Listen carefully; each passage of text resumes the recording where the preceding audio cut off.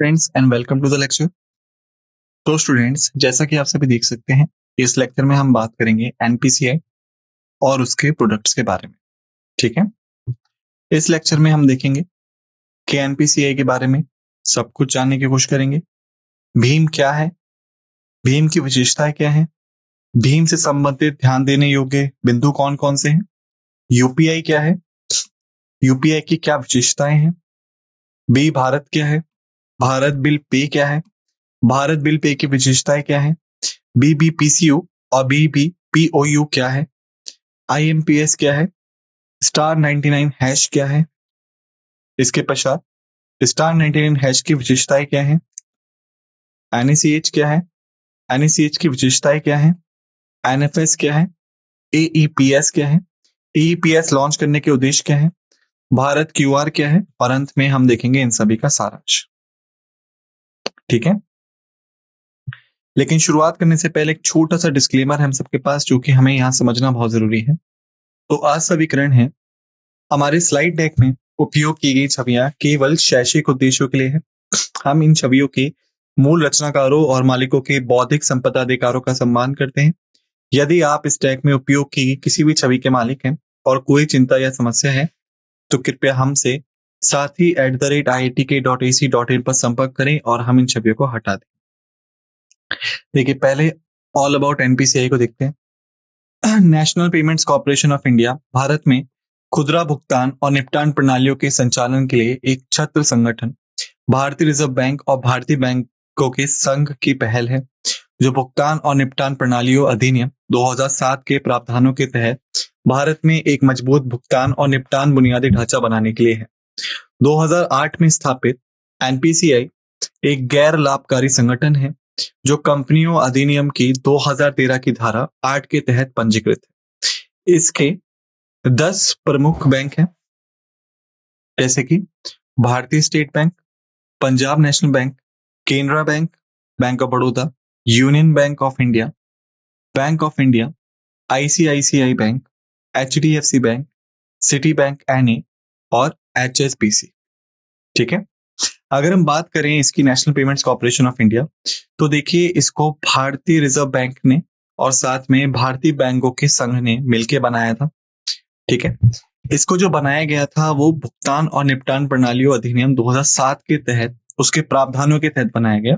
लेकिन जब इसको पंजीकृत किया गया तो इसको एक संगठन के तौर पे पंजीकृत किया गया, जो कि गैर लाभकारी संगठन होगा, और उसको हमने कंपनियों अधिनियम 2013 की धारा 8 के तहत पंजीकृत किया था।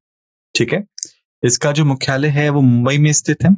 इसके बाद यदि हम बात करें भीम की, कि भीम है क्या सर, तो देखिए भीम का जो फुल फॉर्म है वो है भारत इंटरफेस फॉर मनी।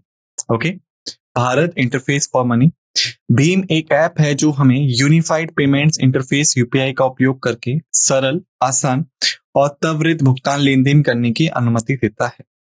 इसके साथ ही हम तत्काल बैंक टू बैंक भुगतान कर सकते हैं और केवल मोबाइल नंबर या वर्चुअल पेमेंट एड्रेस यानी कि यूपीआई आईडी का उपयोग करके पैसे भेज और प्राप्त कर सकते हैं। अब हम बात करें कि विशेषताएं क्या हैं, भीम की फीचर्स क्या हैं। देखिए, सबसे पहला है virtual payment address, UPI ID, खाता संख्या और क्यूआर स्कैन दर्ज करके आप पैसा भेज सकते हैं। Virtual payment address, UPI ID दर्ज करके पैसे मांगे यानी इकट्ठे कर सकते हैं।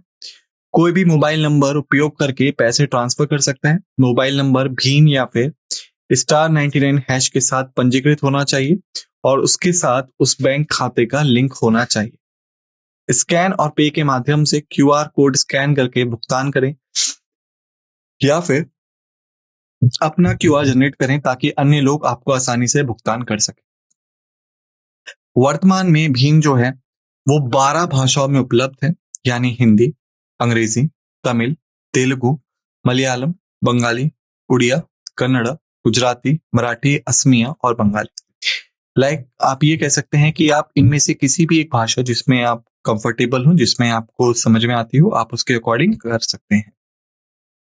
अब हम बात करें वो कौन से मुख्य बिंदु हैं जो कि हमें भीम के बारे में याद रखने चाहिए।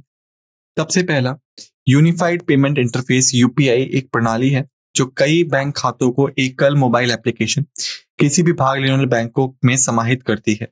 इसमें कई बैंकिंग सुविधाएं, निर्बाध फंड रूटिंग और व्यापारी भुगतान को एक साथ मिलाया जा सकता है। वर्चुअल पेमेंट एड्रेस (वीपीए) एक अद्वितीय पहचान करता है जिसका उपयोग आप यूपीआई पर पैसे भेजने और प्राप्त करने के लिए कर सकते हैं। इसे एक ईमेल आईडी के रूप में सोचें जिसका उपयोग आप पैसे हस्तांतरित करने के लिए कर सकते हैं। एनपीसीआई भीम पर लेन-देन के लिए किसी भी उपयोगकर्ता से कोई शुल्क नहीं लेता है। कृपया अपने बैंक से उनके शुल्क के बारे में पूछताछ जरूर करें। अगर आपको ऐसा कोई भी शुल्क देना पड़ रहा है तो बैंक से पूछें कि एनपीसीआई भीम पर ऐसा कोई शुल्क नहीं है तो आपको क्यों देना पड़ रहा है। ठीक है। यूपीआई पिन एक 4 या 6 अंकों की संख्या है जिसे ग्राहक पंजीकरण प्रक्रिया के बाद भीम पर समुच्चय करते हैं। यूपीआई पिन का उपयोग यूपीआई प्लेटफॉर्म, भीम या *99# या यूपीआई एप्स पर किए गए सभी लेनदेन को प्रमाणित करने के लिए किया जाता है। यानी जब तक आप पिन नहीं डालेंगे आप भुगतान नहीं कर सकते।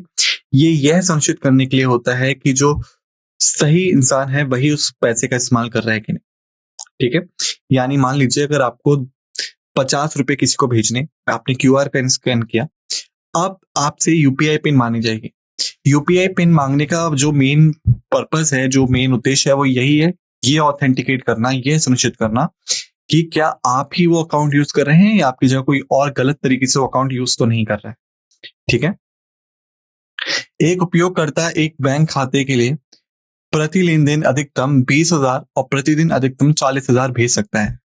यह सीमा भीम पर लिंक किए गए प्रति बैंक खाते के लिए उपलब्ध है, लेकिन भीम का उपयोग करके प्राप्त की जा सकने वाली राशि पर कोई भी सीमा नहीं है। अब हम बात करें कि यूपीआई क्या है। यूपीआई का मतलब होता है यूनिफाइड पेमेंट्स इंटरफेस। यह एक प्रणाली है जो कई बैंक खातों को एकल मोबाइल एप्लीकेशन किसी भी भाग लेने वाले बैंक में समाहित करती है। इसमें कई बैंकिंग सुविधाओं, निर्बाध फंड रूटिंग और व्यापारी भुगतान को एक छत के नीचे लाया जाता है। ठीक है। यह पीयर टू पीयर संग्रह अनुरोध को भी पूरा करता है जिसे आवश्यकता और सुविधा के अनुसार अनुसूचित और भुगतान किया जा सकता है। एनपीसीआई ने 11 अप्रैल 2016 को 21 सदस्य बैंकों के साथ एक पायलट लॉन्च किया था, यह चेक करने के लिए कि ये चीज कितनी ज्यादा लाभकारी है और कितनी नहीं। अब हम बात करें कि विशेषताएं क्या हैं यूपीआई की। मोबाइल डिवाइस के माध्यम से तत्काल धन हस्तांतरण 24x7 और 365 दिन तक हो सकता है। विभिन्न बैंक खातों तक पहुंचने के लिए एकल मोबाइल एप्लीकेशन है। ग्राहक का वर्चुअल पता पुल और पुश के लिए अतिरिक्त सुरक्षा प्रदान करता है। इसमें ग्राहक को कार्ड नंबर, खाता संख्या, आईएफएससी आदि जैसे विवरण दर्ज करने की आवश्यकता नहीं होती है। कैश और डिलीवरी की परेशानी का सबसे अच्छा उत्तर एटीएम जाने या सटीक राशि देने की आवश्यकता नहीं है। जैसे मान लीजिए अगर आपको एटीएम से कभी पैसे निकालने, तो यदि आपने ध्यान दिया हो कि वो पैसे सिर्फ 500 या फिर 500 के गुणनात्मक में ही निकल सकते हैं, मल्टीपल्स ऑफ 500। ठीक है। लेकिन आपको सिर्फ अगर 100 रुपए देने हैं तो अब आप 500 रुपए क्यों निकालेंगे। इसलिए सबसे बढ़िया कि आप स्कैन कीजिए, अमाउंट भरिए और कैश ऑन डिलीवरी पे अपना प्रोडक्ट ले लीजिए। एकल एप्लीकेशन या इन ऐप भुगतान के साथ व्यापारी भुगतान, यूटिलिटी बिल भुगतान, काउंटर पे भुगतान, बार कोड स्कैन और पे आधारित भुगतान कर सकते हैं। मोबाइल ऐप से सीधे शिकायत दर्ज कर सकते हैं। अब हम बात करें कि भारत बिल पे क्या है इसके बारे में। देखिए, भारत बिल भुगतान प्रणाली भारतीय रिजर्व बैंक द्वारा अवधारित प्रणाली है जिसे national payments corporation of India द्वारा संचालित किया जाता है। सभी बिलों के लिए एक स्टॉप भुगतान प्लेटफॉर्म है जो पूरे भारत में सभी ग्राहकों को किसी भी समय कहीं भी बिल भुगतान सेवा प्रदान करता है, जिसमें लेनदेन की निश्चितता, विश्वसनीयता और सुरक्षा होती है। अब हम बात करें भारत बिल पे की विशेषताएं क्या है। भारत बिल पे एक वन स्टॉप एक्सेस जिसमें भुगतान के कई तरीके हैं और एसएमएस या रसीद के माध्यम से भुगतान की त्वरित पुष्टि प्रदान करता है। भारत बिल पे बिजली, टेलीकॉम, डीटीएच, गैस, पानी के बिल आदि जैसे कई बिल संग्रह श्रेणियां एकल विंडो के माध्यम से प्रदान करता है। भारत बिल पे लेनदेन को internet banking, mobile banking, POS point of sales terminal, mobile wallets, MPOS mobile point of sale terminal, kiosk, ATM, bank शाखा, एजेंट और बिजनेस कॉरेस्पॉन्डेंट्स जैसे कई भुगतान चैनलों के माध्यम से शुरू किया जा सकता है। अब हम बात करें कि BBPCU और BBPOU क्या है। भारत बिल भुगतान केंद्रीय इकाई, एनपीसीआई को आरबीआई द्वारा भारत बिल भुगतान केंद्रीय इकाई के रूप में अधिकृत किया गया है और यह सभी प्रतिभागियों के लिए तकनीकी और व्यावसायिक आवश्यकताओं के लिए व्यावसायिक मानकों, नियमों और प्रक्रियाओं को निर्धारित करने के लिए जिम्मेदार है। बीपीपीसीओ भारत बिल पे के माध्यम से रूट किए गए लेन देन से संबंधित समाशोधन और निपटान गतिविधियों को भी करता है। भारत बिल भुगतान संचालन इकाई के बारे में, भारत बिल भुगतान संचालन इकाई जिसे बीबीपीओयू भी कहा जाता है, वह इकाई है जिसे आरबीआई द्वारा अधिकृत किया गया है। यह एक बैंक या गैर बैंक हो सकता है। बीबीपीओयू ग्राहक को सीओयू ग्राहक ओयू या बिलर्स ओयू के एक साथ एकीकृत करने का विकल्प चुन सकता है या दोनों के रूप में भाग लेना चाहता है, जिसका अर्थ है कि ऐसा डबल बीपीओयू ग्राहकों और बिलर्स दोनों के साथ एकीकृत होगा।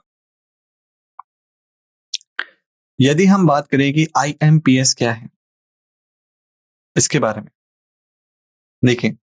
वास्तविक समय और 24/7 365 इंटरबैंक फंड ट्रांसफर करना बैंकिंग उद्योग में एक प्रमुख चुनौती थी। बैंकिंग घंटों के दौरान फंड ट्रांसफर के लिए केवल एनईएफटी और आरटीजीएस उपयोगकर्ता के लिए ही उपलब्ध थे। तत्काल भुगतान सेवा का सार्वजनिक लॉन्च 22 नवंबर 2010 को हुआ और यह सेवा अब भारतीय जनता के लिए उपलब्ध है। आईएमपीएस एक मजबूत और वास्तविक समय फंड ट्रांसफर प्रदान करता है जो एक त्वरित 24/7 इंटरबैंक इलेक्ट्रॉनिक फंड ट्रांसफर सेवा प्रदान करती है, जिसे मोबाइल, इंटरनेट, एटीएम, एसएमएस, शाखा और यूएसएसडी *99# जैसे कई चैनलों पर एक्सेस किया जा सकता है। आईएमपीएस एक प्रभावशाली सेवा है जो भारत भर में बैंकों के बीच तुरंत फंड ट्रांसफर करने की अनुमति देती है, जो न केवल सुरक्षित है बल्कि किफायती भी है। वर्तमान में आईएमपीएस पे 243 सदस्य लाइव हैं, जिसमें बैंक और पीपीआई शामिल है। यह सुविधा एनपीसीआई द्वारा अपने मौजूदा एनएफएस स्विच के माध्यम से प्रदान की जाती है। अब हम बात करें कि *99# है क्या। *99# एनपीसीआई की एक यूएसएसडी आधारित मोबाइल बैंकिंग सेवा नवंबर 2012 में प्रारंभ की गई थी। इस सेवा की पहुंच सीमित थी और केवल 2 टीएसपी यानी कि एमटीएनएल और बीएसएनएल यह सेवा प्रदान कर रहे थे। व्यापक पारिस्थितिकी तंत्र 11 टीएसपी के साथ *99# को 28 अगस्त 2014 को माननीय प्रधानमंत्री द्वारा प्रधानमंत्री जनधन योजना के तहत राष्ट्र को समर्पित किया गया। एनपीसीआई ने 25 अगस्त 2016 को सदस्य बैंकों के साथ यूपीआई लॉन्च किया। यूपीआई बैंकों के खाता धारकों को एक अद्वितीय आईडी जिसे यूबीआई आईडी या भुगतान पता कहा जाता है का उपयोग करके पैसे भेजने और प्राप्त करने की अनुमति देता है। यूपीआई अब गैर इंटरनेट आधारित मोबाइल उपकरणों, स्मार्टफोन और बेसिक फोन दोनों के लिए डायलिंग विकल्प *99# के रूप में उपलब्ध है और इसे यूएसएसडी 2.0 के रूप में जाना जाता है। यह कार्यक्षमता यानी यूएसएसडी 2.0 को 30 दिसंबर 2016 को भीम के साथ लॉन्च किया गया है। अब हम बात करें विशेषताएं क्या हैं *99# की, तो *99# सेवा को पूरे देश में हर आम आदमी तक बैंकिंग सेवाओं को पहुंचाने के लिए लॉन्च किया गया है।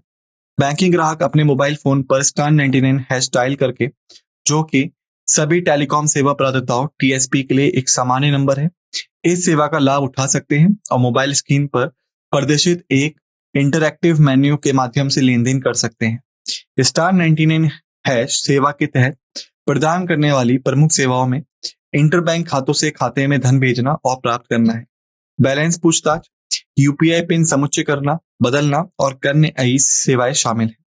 *99# सेवा एक अनूठी इंटरऑपरेबल डायरेक्ट टू कंज्यूमर सेवा है जो बैंकों और टीएसपी टेलीकॉम सेवा प्रदाताओं जैसे विविध पारिस्थितिकी तंत्र भागीदारों को एक साथ लाती है। *99# सेवा वर्तमान में 41 प्रमुख बैंकों और सभी जीएसएम सेवा प्रदाताओं द्वारा पेश की जाती है और हिंदी और अंग्रेजी सहित 13 विभिन्न भाषाओं में उपलब्ध है। अब हम बात करें एनएसीएच के बारे में। एनपीसीआई ने बैंकों, वित्तीय संस्थानों, कॉर्पोरेट्स और सरकार के लिए नेशनल ऑटोमेटेड क्लियरिंग हाउस को लागू किया। यह एक वेब आधारित समाधान है जो बैंकों के बीच उच्च मात्रा में इलेक्ट्रॉनिक लेन देन को सुविधाजनक बनाने के लिए जो दोहराव और आवधिक प्रकृति होते हैं।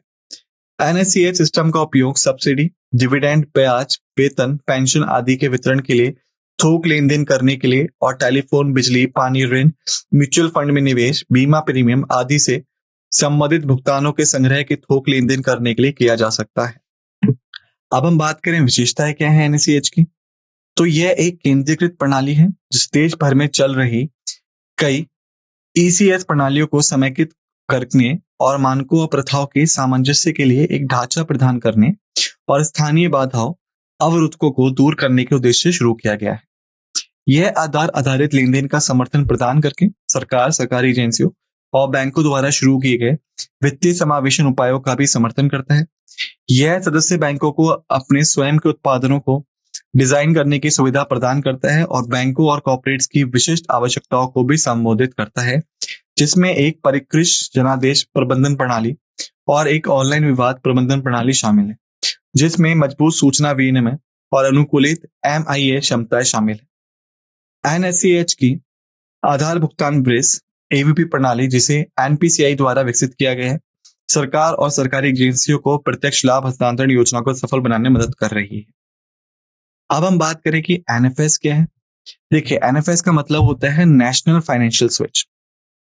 भारत में स्वचालित टेलर मशीनों का सबसे बड़ा नेटवर्क है। National financial switch ATM network, जिसमें टोटल 47 सदस्य हैं और लगभग 50,000 ATMs को जोड़ता है। NPCI द्वारा 14 दिसंबर 2009 को बैंकिंग प्रौद्योगिकी में विकास और अनुसंधान संस्थान से अधिकृत किया गया था। NFS ने उप संस्था मॉडल पेश किया है जो छोटे क्षेत्रीय बैंकों सहित RRBs और स्थानीय सहकारी बैंकों को ATM नेटवर्क में भाग लेने में सक्षम बनाता है। विवाद प्रबंधन प्रणाली ने सदस्यों को उच्च परिचालन दक्षता और ऑनलाइन लेन देन, जीवन चक्र प्रबंधन, चार्ज बैंक, पुनः प्रस्तुति आदि में आसानी के साथ लाभान्वित किया है। इसके अलावा स्थानीय नियामक आवश्यकताओं के अनुरूप होने के अलावा नकद निकासी, बैलेंस पूछताछ, पिन परिवर्तन और मिनी स्टेटमेंट जैसे बुनियादी लेन देन के अलावा NFS ATMs, CDMs और अन्य मूल वर्धित सेवाओं भी प्रदान करता है, जैसे interoperable cash deposit, mobile banking पंजीकरण, कार्ड से कार्ड फंड ट्रांसफर, चेकबुक अनुरोध, स्टेटमेंट अनुरोध और आधार नंबर सीडिंग शामिल है। अब हम बात करें EEPS। EEPS एक बैंक द्वारा संचालित मॉडल है जो किसी भी बैंक के बिजनेस कॉरेस्पॉन्डेंट के माध्यम से आधार प्रमाणीकरण का उपयोग करके POS यानी माइक्रो ATM पर ऑनलाइन इंटरऑपरेबल वित्तीय समावेशन लेन देन की अनुमति देता है। EEPS आपको 6 प्रकार के लेन देन करने की अनुमति देता है। इस परिदृश्य के तहत लेन देन करने के लिए ग्राहक के लिए आवश्यक इनपुट है। डबल आई है, ग्राहक जिस बैंक से जुड़ा होता है उसे पहचानना, आधार नंबर, नामांकन के दौरान ली गई उंगली की छाप। अब हम बात करें उद्देश्य क्या है EEPS को लॉन्च करने के।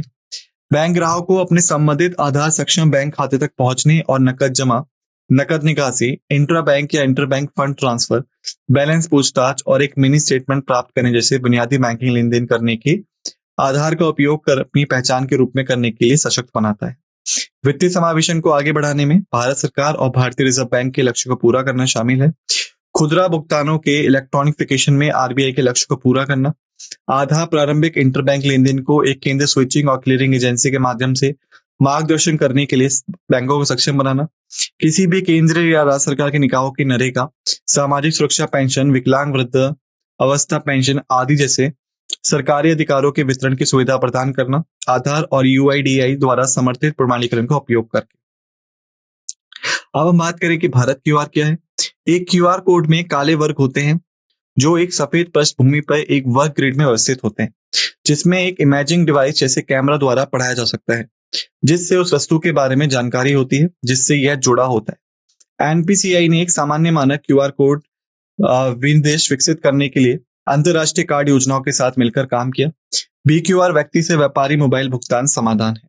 अब हम बात करें सारांश की। देखिए, हमने national payments corporation of India को देखा, उसकी स्थापना, उद्देश्य, प्रवर्तक बैंक, नेतृत्व, मुख्यालय, प्रमुख पहल, भारत इंटरफेस फॉर मनी को देखा हमने।